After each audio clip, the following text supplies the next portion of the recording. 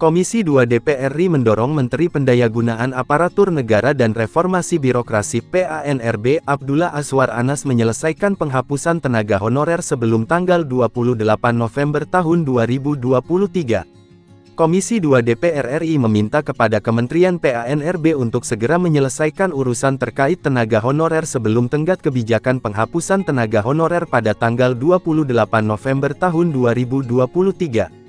Demikian bunyi putusan rapat kerja Komisi 2 DPR bersama Kementerian PANRB yang dibacakan Ketua Komisi 2 DPR RI Ahmad Doli Kurnia Tanjung. Adapun tenggat waktu tersebut mengacu pada pasal 99 ayat 2 PP nomor 49 tahun 2018 tentang manajemen pegawai pemerintah dengan perjanjian kerja. Komisi 2 DPR pun memberikan beberapa catatan terkait penghapusan tenaga honorer itu. Pertama, tidak ada pemutusan hubungan kerja PHK massal kepada seluruh tenaga honorer. Kedua, tidak ada tenaga honorer yang dikurangi honor yang diterimanya saat ini. Ketiga, kebijakan diambil juga menghindari adanya pembengkakan anggaran. Keempat, menerapkan prinsip keadilan, kompetitif, dan memberikan kesempatan yang sama bagi seluruh warga negara untuk menjadi ASN. Anas menyetujui dan menegaskan tidak akan ada PHK massal dalam menyelesaikan persoalan pegawai honorer. Ia menambahkan pihaknya menaruh perhatian khusus dalam penyelesaian perkara ini. Dalam proses pembahasan penyelesaiannya, pemerintah telah menemukan titik temu. Hal ini pun selaras dengan arahan Presiden Joko Widodo. Jokowi, kita ada poin-poin. Pertama, kita akan menghindari PHK massal, karena kalau undang-undang dan PP-nya dijalankan, maka ini akan ada PHK massal di per November, kata Anas di gedung DPR RI.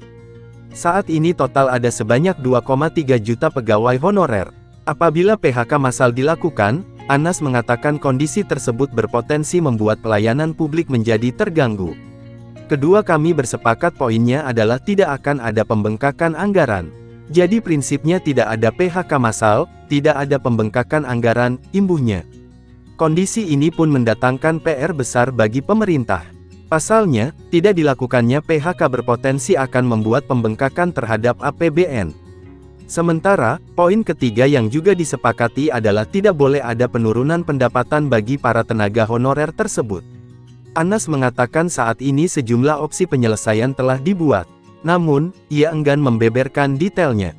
Pasalnya, opsi tersebut masih terus dikaji secara mendalam bersama DPR, Asosiasi Gubernur, Asosiasi Wali Kota, dan para bupati dalam mencari solusi terbaik. Kami terus matangkan. Kami cari solusi yang terbaik karena sebagian besar non-ASN ini ada di pemerintah daerah, lebih dari 50% ada di pemerintah daerah, ujar Anas. Saya tidak ingin sampaikan hari ini opsi karena kita sedang godok. Tapi sudah hampir ada titik temu antara DPR, pemerintah, dengan Asosiasi Bupati, Wali Kota dan Gubernur se-Indonesia, pungkasnya.